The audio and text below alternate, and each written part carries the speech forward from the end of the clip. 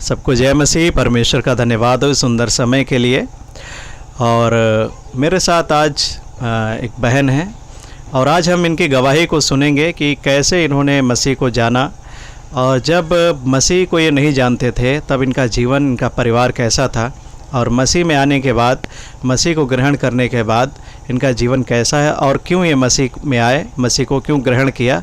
आज हम इनकी गवाही के द्वारा सुनेंगे कि परमेश्वर ने इनके जीवन में कैसे बड़े बड़े आश्चर्य कर्म किए, सामर्थ के काम किए, और आज हम लोग इनकी गवाही के द्वारा प्रभु की महिमा करेंगे। बहन, क्या नाम है आपका? नीतू नाम है मेरा। नीतू। तो आप कितने वर्ष से हैं मसीह में? 8 वर्ष हो गए। 8 वर्ष। तो थोड़ा सा आप बताइए को जाना, क्यों मसीह में आए, इस बात को आप बताइए हमारे दर्शकों को, और ताकि आपकी गवाही को सुनकर हम लोग भी जानें कि मसीह हमारा कितना महान परमेश्वर है। हम जब बचपन में थे तभी बीमार रहते थे, कहीं पेट में दर्द रहता था, कहीं सर में दर्द होता रहता था, और कहीं मेरे हाथ पैर टेढ़े हो जाते थे। स्कूल में जाते थे तो हम जब पेन पकड़ते थे तब लिख नहीं पाते थे, मेरी उंगलियां टेढ़ी पड़ने लगती थी। तो मैडम जी बोलती थी, नीतू ये आपके दिक्कत क्या, आपके माँ बाप नहीं जानते हैं? तो हम बोलते थे दीदी जानते हैं, इलाज भी कराते हैं, फिर भी पता नहीं है क्या है।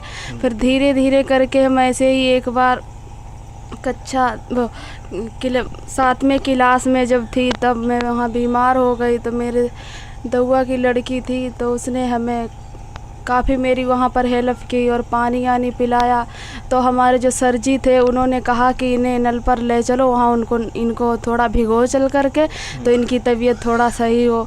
तो हमें नहीं मालूम हमने वहाँ पर क्या किया, पर स्कूल के जितने बच्चे थे वो सब डरने लगे। हमने 1.5 बाल्टी पानी वहाँ पर पी लिया था, और वो पानी पीकर मैं क्लास तक नहीं पहुंच पाई, मुझे पलटी होने लगी। तो सर जी काफ़ी डर गए और उन्होंने रिंकी से कहा कि इनके माँ बाप को ये घटना नहीं मालूम है क्या? तो उन्होंने कहा सर जी हमें तो लगता है कि नहीं मालूम है, पहली बार इनको स्कूल में हो रहा है, हमने भी ऐसा कभी नहीं देखा है इनको होते हुए जैसा इन्हें आज हो रहा है।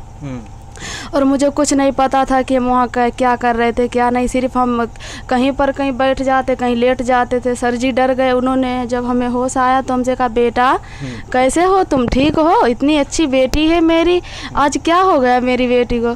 हमने सर जी हमें पता नहीं क्या हो गया, मुझे मेरी मम्मी से मिलवा दो। तो मैं रोने लगी वहाँ पर। तो सर जी काफ़ी दया से भरे हुए थे, तो उन्होंने हमसे कहा बेटा आप अपने मम्मी पापा को ये सब बात बताओगे?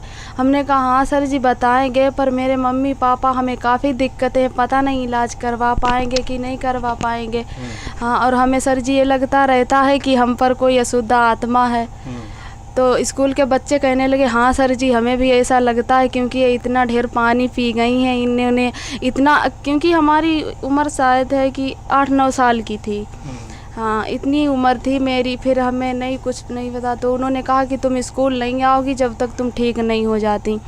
फिर भी हम नहीं उनकी बात मानी, हम पूजा पाठ करती रही, नवरात्रि रहती थी और सोमवार के दिन भोले का व्रत रहती थी कि मैं ठीक हो जाऊं, और प्रसाद भी इधर उधर चढ़ाती थी, कहीं मंदिरों पर कहीं जाती थी कि मैं सही हो जाऊं। फिर भी मैं ठीक नहीं हो रही थी, और हमें एहसास भी होता था कि हम ठीक नहीं होंगे, या तो हमसे यह सब छूट जाए और या तो हम फिर नहीं रहेंगे। पर हमने ये सब अच्छा हो जाए या फिर हम मर जाएं, इससे अच्छा हाँ, है। ऐसा ही लगता था हमें। और कई बार हमने पूजा पाठ में यही बोला कि इससे तो अच्छा है कि आप लोग हमारी जान ही ले लें तो अच्छा रहेगा। इतनी दर्द होती रहती थी सर में, कहीं कमर में कुछ भी, कहीं कुछ, ऐसा ही लगता था। और भय बहुत ज़्यादा लगता था, और ऐसा लगता था कोई आगे चल रहा कोई पीछे चल रहा है। जैसे हम लोग चाल चलते हैं तो चप्पलों की आवाज़ होती, वैसी आवाज़ होती थी। कहीं लेडीज दिखाई देती थी, कहीं कुछ दिखाई देता था। और यानी आप जब कहीं आती जाती थी तो आपको लगता था कि आपके संग कोई चल रहा है। हाँ। और उसके पैरों की आहट भी आपको सुनाई पड़ती थी। अच्छा। और भैया एक बार हम गए तो ये बबरिया बोली जाती है, देसी बबरिया बोली जाती है, उसके नीचे मैं बैठी हुई थी। तो मैंने अपनी मम्मी से बोला मम्मी हमें छोड़कर मत जाना। मम्मी को कोई काम था, मम्मी चली गई। तो हम वहीं पर गिर गए। काफ़ी देर बाद फिर हमने जिनकी पूजा करते थे उनका नाम लिया, हमें उठाओ, हमें सामर्थ दो, ये है वो है, सब कुछ किया। तो हमें जैसे तैसे होश आया। फिर हम अपने घर गई, मैंने मम्मी को कुछ नहीं बोला। फिर हमने धीरे धीरे करके अपनी मम्मी पापा को बताना स्टार्ट किया कि हमारे सर में दर्द होता रहता है, हमें भारीपन लगता है और मेरी तबीयत नहीं सही रहती है। तो मेरे मम्मी पापा ज़्यादा कर अशुद्ध आत्माओं के चक्कर में नहीं पड़ते थे, इलाज के चक्कर में ज़्यादा रहते थे। काफ़ी डॉक्टरों को दिखाया, जो डॉक्टरों के पास जाते थे तब वो कह देते थे कोई बीमारी ही नहीं है। अच्छा। और जब भगतई कराते थे तब वो बोलते थे कि तुम्हारे घर के देवता नाराज़ हैं। और दूसरी बात है कि अगर ऊपर वाले ने जितनी ज़िंदगी दी है तो उतनी ही तो ज़िंदगी होगी, हम तो देवी देवता हैं, हम क्या कर सकते हैं। अब ऊपर ही से जितनी जीवन इन्हें मिला उतना ही तो ये जिएंगी। तो भगत लोगों ने, पंडितों ने बताया था कि ये 13 साल तक जीवित रहेंगी। दूसरी बात है कि ये अपनी शादी नहीं कर पाएंगी। और अच्छा, अगर तो जो भगत मतलब तांत्रिक लोग जो थे उन्होंने बताया 13 वर्ष ही जी पाएंगी, उसके बाद नहीं जी पाएंगी। तो अभी आपकी उम्र कितनी हो गई? 21 साल में है, हम 20 साल के पूरे हो गए हैं। अच्छा, मतलब 20 साल आपने पूरे कर लिए, 7 साल ज़्यादा हो गया है भविष्यवाणी से। तो अच्छा, तो ऐसे करके मैं सही रही। और दूसरे भगत ने बोला था कि पैर पूजते ही कहे तो आप मरेंगे, आपकी बेटी मरेगी या आपका दामाद मरेगा। तो हमारे पापा से हमारे मामा जी बोले कि ऐसा करो, शायद हम लोगों की किस्मत सही नहीं है और कहीं शादी कर दो, उस बेटे की किस्मत से बच जाए। कई बार ऐसा देखा है हमने कि शादियां कर दी जाती हैं लड़कियों की तो वो बच जाती हैं। तो मेरे पापा को दया आ गई, वो बोले नहीं, हमारे बच्चा की तो ज़िंदगी खराबी है, हम दूसरे के बच्चे की ज़िंदगी नहीं ख़राब करेंगे। जब तक हम नीतू को सही रीति से ठीक नहीं करवा देंगे तब तक हम शादी नहीं करेंगे। तो ऐसे ही मेरे एक मामा थे, यही समस्याएं हमें बनती रहीं। और भगत लोगों ने, भैया मेरा मन नहीं था प्रभु के पास जाने के लिए, क्योंकि हम लोग इतने हटीले, इतने कठोर थे। हम लोग बोलते थे नियम बदल जाएगा, हम मुसलमान हो जाएंगे और उसमें तो गाय खाई जाती है, उसका खून पिलाया जाता, ये सारी बातें होती रहती थी, लोग बताते थे। हम लोगों को प्रभु के प्रति घृणा भी थी, परंतु हमें ये नहीं मालूम था कि प्रभु कौन है। पर हम इतना जानते थे कि मसीह का नाम, हम 2 भाई बहन थे, हम और मेरा भाई शिवम। तो हालेलुया और जय मसीह का जो शब्द था, इस नाम को हम लोग बचपन से ही लेते आ रहे हैं। अच्छा। मेरी मम्मी तो ये मसीह के बारे में किसने आपको बताया था? मसीह के बारे में एक बिलक राम के लड़का कुलदीप नाम था उनका, उन्हीं ने हमें बताया था। किसने? रिश्ते में क्या लगते थे? मामा लगते थे मेरे। अच्छा, मामा जी ने बताया। अच्छा, उन्हीं ने हमें बताया था। पर ये घृणा करते थे, हम ये नहीं जानते थे कि ये क्या होता, लेकिन प्रभु से हमेशा प्रेम रखते थे। पर ईसाइयों की सुनते थे कि वो ऐसा करते हैं वैसा करते, तब घृणा आती थी। पर प्रभु से घृणा नहीं थी, क्योंकि हम लोग हालेलुया का शब्द और जय मसीह का, हम लोग प्रभु को नहीं जानते थे। तो भी हम लोगों की आदत थी हर किसी से जय मसीह बोलने की और हालेलुया बोलने की। आपकी मम्मी से बात होते वक्त उन्होंने बताया था कि जब आपकी तबीयत ख़राब थी तो जब तांत्रिकों के पास आपको ले जाया जाता था तो उन्होंने, एक तांत्रिक ने बोला कि आपकी बेटी को तभी हम अच्छा करेंगे जब दूसरे की बेटी का मार करके उसके अंदर का कुछ अंग निकाल करके लेकर आना है, तब जाके हम आपका जो है झाड़ फूँक करेंगे, ठीक करेंगे। ऐसा कुछ हुआ था? हाँ, हम गए थे उधर सबाजपुर के पास में कोई गांव है, वहाँ पर भगत भी था और उसका भाई एक था, वो डॉक्टर था। तो उससे मेरे मामा जी बोले कि मेरी भांजी काफ़ी बीमार रहती है और जितना पैसा लगेगा वो हम लगाएंगे और आप गारंटी लो और मेरी भांजी को ठीक करो। तो वो बोला हाँ ठीक करेंगे, पर आपके जब घर ही के लोग नाराज़ होंगे तब हम, जब घर ही के देवी देवता नाराज़ हैं तब हम क्या कर सकते हैं। अब उन्हें मनाओ, जो वो मांगे वो उन्हें दो। अच्छा। तो मामा ने हमारे बोला कि घर वाले कैसे मानेंगे और आपके देवी देवता क्या करेंगे, जब आप हमारी भांजी के लिए सब कुछ करेंगे, तावीज़ बना कर देंगे, तब तो आप अपने देवी देवताओं से कहेंगे। बोले हाँ हम अपने देवी देवताओं से कहेंगे और आपके भी मनाए जाएंगे, तभी ये ठीक होगी। पर उन्होंने भी गारंटी नहीं ली थी कि ठीक ही हो जाएगी, अंदाजा लगाया था। तो अच्छा। कुछ होता है, कोई पक्षी होता है जो जिसे, हाँ इसका नाम हम नहीं, घुघुआ होता है कि उल्लू का? हाँ, उल्लू उल्लू उल्लू होता है। तो बोले थे उस पक्षी को ले आओ। और दुम्ही जो होती है, सांप जो होता है, दुमहा सांप, हाँ जिसके दोनों तरफ को मूड़ होते हैं, दुमुहा सांप, हाँ उसको बताया था, उसको लेकर आओ। और बोला था, और पता नहीं क्या बोला था, और वो कहा था एक किसी लड़की का अगर कलेजा मिले अच्छा, तो इसकी ज़िंदगी बच जाएगी, उसकी ख़त्म हो जाएगी। हाँ, तो ये बात सुन कर के मेरे मामा काफ़ी डरे। पर हम हंस गए थे। हाँ, मामा मेरे डर गए कि ये भाई कैसे हम करें अपने बच्चा के कारण दूसरे बच्चे की बलि दें। तो तांत्रिक ने आपसे कहा कि दूसरे की बेटी को मार करके लाओ, हाँ, तब मैं अच्छा करूँगा आपको, हाँ, तभी आपकी ज़िंदगी बचेगी। हाँ, तो अगर वो मर जाएगी, उसकी ज़िंदगी आपको लग जाएगी। हाँ, अच्छा, कसो भी गारंटी नहीं, बोला हो सकता है, हो सकता है, गारंटी नहीं। गारंटी नहीं। अच्छा, एक चीज़ और है, एक सवाल मेरा और है। आपकी मम्मी से जब मैंने गवाही सुनी थी तो उन्होंने बताया कि एक जगह कहीं गए, एक महिला थी जिसके ऊपर कोई देवी आती थी, तो वहाँ गए तो उन्होंने आपकी जाति पूछी, और जब उन्हें पता लगा कि आप वाल्मीकि हैं तो वहाँ पर सब मारने के लिए तैयार हो गए। ऐसा कुछ हुआ था क्या? हाँ जी, हम उधर कन्नापुर नाम है गांव का, वहाँ पर एक ठकुराइन थी, बहू थी, उन पर देवी प्रचंड हुई थी। अच्छा। हाँ, ये दुर्गा देवी जो बोली जाती हैं।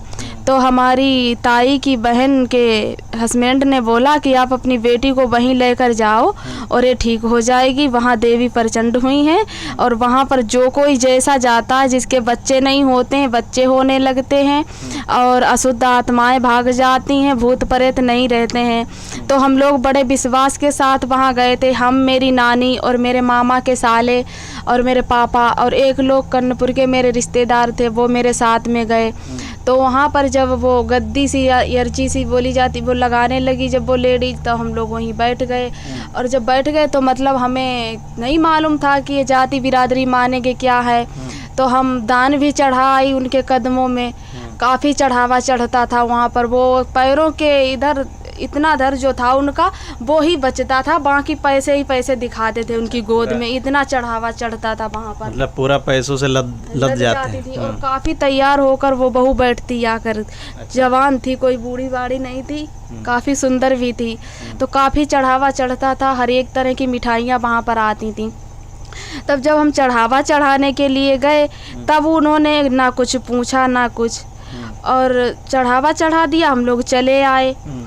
तो मेरे पापा ने बोला कि मेरी बेटी ठीक हो जाएगी, बोले हाँ ठीक हो जाएगी, और अगर यहाँ नहीं ठीक होगी तो कहीं नहीं ठीक होगी। उन्होंने भविष्यवाणी भी कर दी। तो हमारे पापा को विश्वास भी आ गया। तो काफ़ी देर तक वहाँ पर आरती होती रही, आरती होते होते फिर हम लोग बैठे रहे, मतलब पास ही में बैठे रहे, मतलब उनके इतना करीब भी हम लोग नहीं थे, दूर ही थे, क्योंकि हमें मालूम थी कि हमारी कौन सी जाति है। हम लोग खुद सोचते रहते थे पहले कि ऊंची जाति के, हम नीची जाति के, इनसे दूर रहे, पर हमें इतना नहीं मालूम था कि इनके पैर छूने में या इस चौतरिया के पैर छूने में इतनी घृणा कर जाएंगे। तो वहाँ पर हम जब चढ़ावा चढ़ाने के लिए गई तब उन्होंने कुछ नहीं बोला, और जब हमने उनसे तावीज़ के बारे में सब कुछ बोला तो वो बोले तुम्हारी जात कौन सी है। तो हमारे पापा ने बोला कि हम वाल्मीकि जाति से हैं। इतनी बात पर वो देवी इतनी ज़्यादा नाराज़ हो गई, इतनी ज़्यादा खेलने लगी।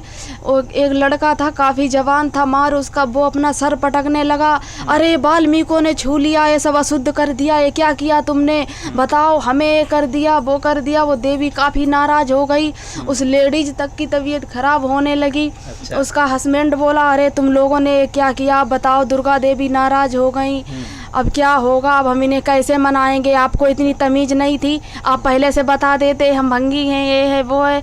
और वो लोग काफ़ी मार पीट करने के लिए तैयार हो गए, ईंटा पत्थर वहाँ पर उठने लगे। तो हमें कौन मारता, हम तो लेडीज थे, हम और मेरी नानी।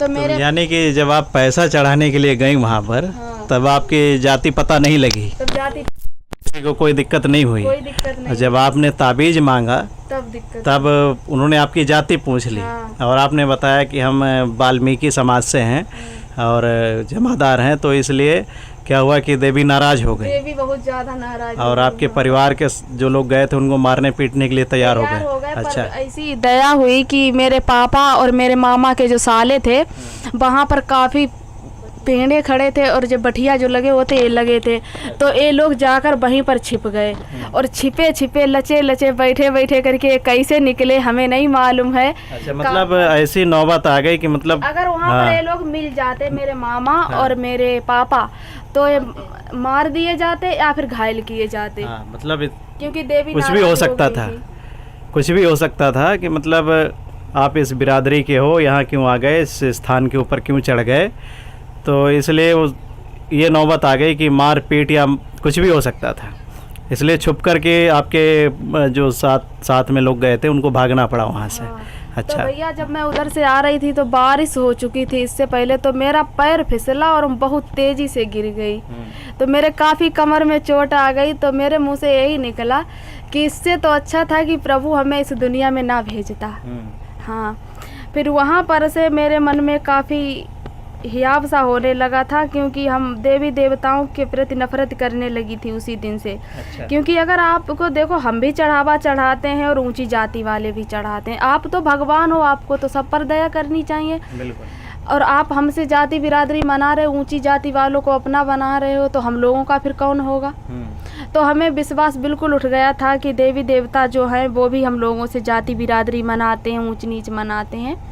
तो हमारे यानी जब आपने ये दृश्य देखा, देवी नाराज हो गई आपकी बात को सुन करके, जाति सुन करके, तो आपका देवी देवताओं से वहीं से विश्वास उठ गया कि अगर देवी देवता है, माँ है, तो माँ तो भेदभाव नहीं करती है बच्चों में। ऐसा ही हमें लगा हाँ, तो मतलब ऊंची जाति वाले उनके हैं, नीची जाति वाले उनके नहीं हैं, तो फिर किसके हैं, ये आपके मन में सवाल आया। हाँ, तो हमने यही सब सोचा। और फिर मेरे मामा इससे पहले भी बता चुके थे कि आप प्रभु को जानो।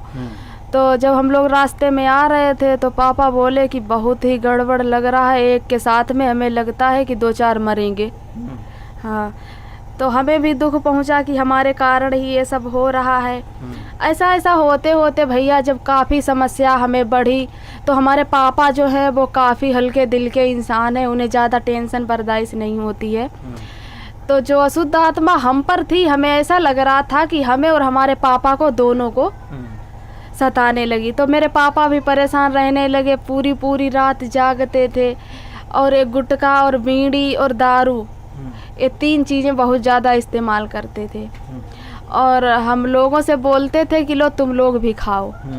और कई बार हमने अपने पापा के पास से लेकर के जो हरसिंगार और दमंग गुटखा बोली जाती थी, ये काफ़ी हमने और मेरे भाई शिवम ने खाई, क्योंकि वो बोलते थे कि चाहे हम जो कुछ दें वो खा लो, क्योंकि हम रहेंगे नहीं। हाँ, मम्मी से बोलते थे कि उषा जैसे भी पाल पाना वैसे बच्चों को पालना, पर हमारा आसरा ना देखो, हम नहीं रहेंगे अब, हमें ऐसा कुछ लग रहा है। 3 दिन हो जाते थे हमारे घर में खाना नहीं बनता था, और अगर रोटी बन जाती थी तो सब्जी नहीं होती थी, और अगर सब्जी बन जाती थी तो रोटी नहीं होती थी। पर मेरे पापा कैसे भी कुछ करते थे, पर मेरा बहुत ही ख्याल रखते थे। हमेशा उनके समोसा या मिर्चा या ये कुछ भी चीज़, मिठाई भी जेब में डाले रहते थे। जहाँ कहीं हमें ले जाते थे, हम लोग साइकिल से जाते थे भक्तों के पास, जहाँ कहीं ले जाते थे पास में हमेशा रखते थे कि हमारी बेटी को पता नहीं कितने खन भूख लगेगी। तो हम तो सही थे फ़िलहाल में, पर पापा हमारे बिल्कुल मरने वाले थे जब हम प्रभु के पास गए। और जब हम प्रभु के पास गए तो पास्टर साहब ने हमारे लिए दुआ, पहले तो जब हम गए तो हमने वहाँ पर देखा, हमने कहा यहाँ कोई मूर्ति भी नहीं है, कोई अगरबत्ती भी नहीं लगी। इतने बड़े मंदिरों पर हम गए, और जहाँ देवी सच्चिम बोलती लेडीज़ों के अंदर या पुरुषों के अंदर होकर बातचीत किया। और यहाँ तक कि भैया हम जब भक्तों के पास मेरे पापा अकेले जाते थे, हम नहीं जाते थे, तब भगत लोग बता देते कि इस कलर का कपड़ा आपकी बेटी पहने हुए है आज, और जब आप जाओगे घर पर तब आपकी बेटी आपको रोटी बनाते हुए मिलेगी, और जब आप अपनी साइकिल को खड़ा करोगे तब तुमसे बोलेगी कि पापा क्या लेकर आए। तो ऐसा ही होता था। तो हमारे पापा जब ये सब देखते थे बहुत ही विश्वास करते थे कि हाँ, इस भगत ने अच्छी बात बोली, अब हमारी नीतू सही हो जाएगी, क्योंकि इसने जैसा बताया वैसा ही यहाँ हमें हो रहा है। विश्वास कर जाते थे। इसलिए काफ़ी दिनों से हमें वो मामा जो थे मेरे, हम लोग भक्तों के पास जाते थे, पर वो हमें इस तरह से समझा जाते थे, बोलते थे कोई बात नहीं है, तुम अपनी भगतई भी कराओ, पर एक बार तुम चली गए तो देखो चर्चम प्रभु के भवन। जो आपके मामा थे वो आपको हमेशा बोलते रहते थे कि आप ये सब करते रहो, लेकिन एक बार संगति में, प्रभु यीशु मसीह की संगति में चलकर देखो। तो हम लोग उनसे बोल देते थे हाँ देख लेंगे, अभी थोड़ा और देख ले, शायद हम लोग ऐसे ही ठीक हो जाएं, तो वहाँ क्या करेंगे जाकर। बोलते थे कोई बात नहीं है, तुम जो खा पाना शुद्ध तेरहवीं सब कुछ तुम खाना, पर वहाँ चल कर देख लो, तुम्हें अच्छा लगे तो तुम उसमें रहना, और ना अच्छा लगे तो दुआ करवा लेना, ठीक हो जाना, कोई बात नहीं है। तो हम लोग जब वहाँ पर भैया गए हम लोगों ने, वहाँ देखा सब कुछ, तो मन में ख्याल भी उठा, पर वचन समझाया गया था, उड़ाऊ पुत्र की कहानी समझाई गई थी, और ये वाला वचन कि परमेश्वर ने जगत से ऐसा प्रेम किया कि उन्होंने अपना इकलौता पुत्र दे दिया। अच्छा, तो जब आप वहाँ पहली बार जब संगति में गई तो आपके मन में वहाँ का दृश्य देख करके आपके संदेह हुआ कि मतलब कैसे ठीक होंगे यहाँ, यहाँ ना कोई मूर्ति है, ना ही अगरबत्ती जल रही है, ना ही कोई फूल माला चढ़ा हुआ है, ना कोई पैसा चढ़ाई रो। हाँ, और को जो मतलब जो भगत जो तांत्रिक वाली वो छवि आपके मन में बनी हुई थी, बोले आपके मन में था कि पास्टर जो है इनके ऊपर सवारी भी नहीं आ रही है, हमने तो कैसे क्या ठीक करेंगे, है ना। अच्छा, जब वहाँ दुआ भी होने लगी तो हम कहे हम कैसे ठीक होंगे, तो लोग बातचीत ऐसी कर रहे हैं, अच्छा, क्या होगा। फिर जब उन्होंने दुआ शुरू में जब दुआ की तब हमें ऐसा सब लगा, पर जब आराधना हुई, आराधना करती रही, पर जब ये वचन समझाया उड़ाऊ पुत्र की कहानी, और परमेश्वर ने जगत से ऐसा प्रेम किया कि उसने अपना इकलौता पुत्र, ये वाला वचन सुना। फिर वचन उन्होंने बताया कि हे सब परिश्रम करने वालों, बोझ से दबे हुए लोगों, मेरे पास आओ, मैं तुम्हें विश्राम दूंगा। इस वचन को सुनकर अमित भाई मेरे अंदर एकदम से ऐसा लगा कि हमें किसी ने छुआ, और मेरे मन में काफ़ी हियाव, हिम्मत और विश्वास हो गया कि यहाँ हम ठीक हो जाएंगे। प्रभु का वचन मत्ती 11:28 आपने सुना कि हे सब बोझ से दबे हुए लोगों, परिश्रम करने वाले लोगों, मेरे पास आओ, मैं तुम्हें विश्राम दूंगा। तो ये वचन सुन के आपके मन को इस वचन ने छू लिया वहीं पर, और आपके मन में उस दिन से हमें याद भी है वचन, और जिसको हम बताते हैं उसको यही वचन लेकर बताते हैं, क्योंकि हमें इस वचन के द्वारा ऐसा लगा था कि हमें किसी ने छुआ, अपने अंदर महसूस हुआ। तो इस वचन ने आपको छू लिया और आपके मन में विश्वास जाग गया कि मैं अब यहाँ से अच्छी हो जाऊँगी। तो विश्वास हुआ। फिर पास्टर साहब ने दुआ की, और जब दुआ की तब मेरे शरीर में काफ़ी थरथराहट हुई, और एकदम से मेरे कानों से और मेरी आँखों से गरम गरम हवा सी लौ जैसी निकली। काफ़ी दिक्कत, और मेरे जो सर से ऐसा लगा कि बोझ सा हट गया। तो जब उन्होंने दुआ की और हंसकर बोले, नीतू बेटा अब तो नहीं उदास रहोगी। हमने बोला नहीं अंकल, अब नहीं उदास रहेंगे। तो काफ़ी लाड करते थे, हमने देश राज के द्वारा वचन को सुना था। काफ़ी उदास रहते थे तो वो हमें काफ़ी बातें ऐसी बोलते थे प्रभु के बारे की, और हमसे बोलते थे नहीं तू हंसकर दिखाओ, कैसे हंसोगी।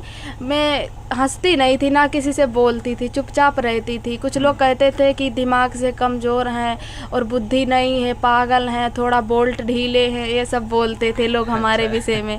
हाँ, पागल है, ये सब बोलते रहते थे। हमें भी महसूस होता था कि हम पागल हैं, काफ़ी हमारे अंदर कमियां। मतलब जब आप मसीह की संगति में गए, प्रभु की संगति में, तो वहाँ पास्टर साहब जो थे उन्होंने प्रार्थना किया, और आपने ऐसा महसूस किया कि आपके कान से और आंखों से गरम गरम हवा सी लौ सी निकल गई, और सिर पर जो बोझ था वो ख़त्म हो गया। तो वहीं से आप लोग मसीह को ग्रहण कर लिए। तो अभी आप अकेले विश्वासी हैं या आपका पूरा परिवार विश्वासी है? पूरा परिवार विश्वासी है, और विश्वास में ही रहेंगे, पक्का वादा है। जीना भी मसीह के लिए, मरना भी मसीह के लिए। हालेलुया। तो परमेश्वर का धन्यवाद हो। और एक सवाल मैं आपसे एक पूछना चाहता हूँ, जैसा कि बहुत सारे लोग कहते हैं कि जब कोई मसीह में आ जाता है, मसीह को ग्रहण कर लेता है, यीशु के लोग बन जाते हैं, तब उनके लिए एक बात कही जाती है कि इनको पैसा मिला होगा, पैसा लेकर के धर्म बदल लिया, जाति बदल ली। तो आपको कितना पैसा मिला? हमें कितना भी पैसा नहीं मिला। किसी ने नहीं दिया? किसी ने नहीं दिया। अच्छा। तो कोई लालच नहीं मिला, सिर्फ प्रार्थना की हमारे लिए लोग, पास्टर लोगों ने। तो मिलता है पैसा ऐसा? आपको जानकारी है कुछ इसके बारे में? हमें नहीं मालूम है पैसा कहाँ मिलता है, कहाँ नहीं मिलता। तो 8 सालों में आपको किसी ने पैसा, आपके परिवार को पैसा नहीं दिया? हमें किसी ने पैसा नहीं दिया। अच्छा। तो आपका घर मकान तो बना होगा बढ़िया सा? नहीं, मकान नहीं बना, हम लोग तो कच्चे मकान में रह रहे हैं। कच्चे मकान में 8 साल विश्वास में आने के बाद भी कोई पैसा नहीं मिला, कच्चा मकान में आप अब भी रहते हैं? पहले भी कच्चा मकान था? पहले भी कच्चा मकान था, पर शांति नहीं थी। पर अब कच्चा मकान है, घर में शांति है, और पक्के से ज़्यादा घर में अच्छा लगता है। हालेलुया। तो साथ में हम लोग जैसे भी रह रहे, हमें अच्छा लग रहा है। तो ये परमेश्वर की दी हुई शांति है। हाँ, और दूसरी मेरी गवाही है कि जब हम बपतिस्मा के लिए तैयारी करते थे तब लोग हमें मना करते थे। अच्छा। कि तुम्हारी हम शादी कहाँ करेंगे। अच्छा। काफ़ी समस्याएं हमारे आगे आती थी, तो अभी भी हम कुंवारे हैं, शादी हमारी नहीं हुई है, पर हमने प्रभु की बात को माना और उसके वचन को सुना कि जो विश्वास करे वो बपतिस्मा ले, उसी का उद्धार होगा। तो हमने सोच लिया था कि हमें शादी की ज़रूरत नहीं है, हमें उद्धार की ज़रूरत है। दूसरी बात है, प्रभु को हमारी आवश्यकताएं मालूम है, क्योंकि जब उसे आदम का अकेला रहना अच्छा नहीं लगा, उसने उसके लिए हवा बनाई। तो हमें क्यों अकेला रहने देगा।